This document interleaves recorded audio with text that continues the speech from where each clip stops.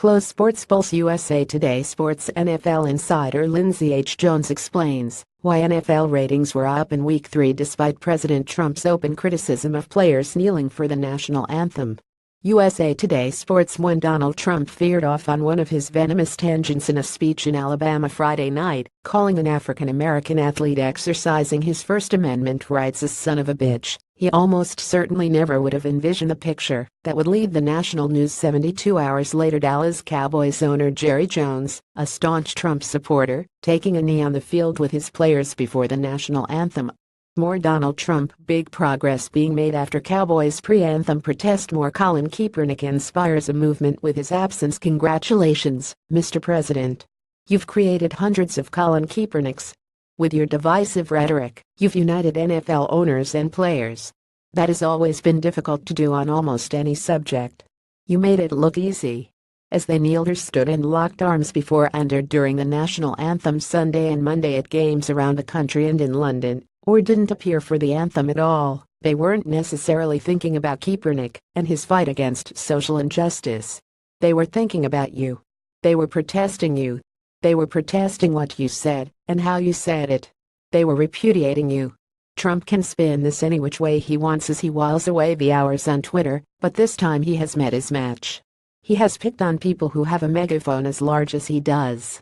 He has gone after athletes with massive Twitter followings, with microphones in their faces, and with devoted fans from red states as well as blue. It's NFL players, it's NBA players, it's NBA coaches. Talk about fire and fury. They're letting Trump have it. Then there are the owners. They too have criticized Trump. They've locked arms with their players and Jones, of course, took a knee. These are Trump's people. Quite a few voted for him and donated to his campaign and inaugural committee. Not long ago, he desperately wanted to be one of them, to own an NFL team. Now, even they are against him.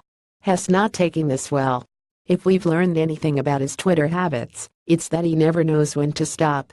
Half of his 8 tweets before noon Tuesday were about the NFL. He kicked things off with this: ratings for NFL football are way down except before game starts, when people tune in to see whether or not our country will be disrespected. Donald J. Trump at Donald Trump September 26, 2017. Ratings for NFL football are way down except before the game starts, when people tune in to see whether or not our country will be disrespected. Turns out, NFL ratings were up for the weekend and way up for Monday Night Football.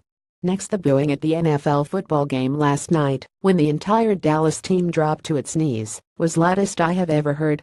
Great anger. The booing at the NFL football game last night, when the entire Dallas team dropped to its knees, was loudest I have ever heard. Great anger. Donald J. Trump at Donald Trump September 26, 2017. Arizona fans booing the Dallas Cowboys. Who knew? But while Dallas dropped to its knees as a team, they all stood up for our national anthem. Big progress being made. Do all love our country. Donald J. Trump at Donald Trump September 26, 2017. But while Dallas dropped to its knees as a team, they all stood up for our national anthem. Big progress being made. Do all love our country. Sounds like our man is moving the goalposts now, trying to do anything to declare victory after a lost weekend.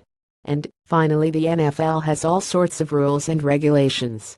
The only way out for them is to set a rule that you can't kneel during our national anthem. The NFL has all sorts of rules and regulations. The only way out for them is to set a rule that you can't kneel during our national anthem. Donald J. Trump at Donald Trump September 26, 2017. Let's all hold our breath while the NFL Competition Committee writes up that one. Clearly, Trump is obsessed with this. The worse it goes for him, the more he probably will tweet. Who should Trump blame for all of this? The Kaepernick story had all but burned itself out until he himself brought it back to life, deciding to declare war on American sports and ruin his weekend.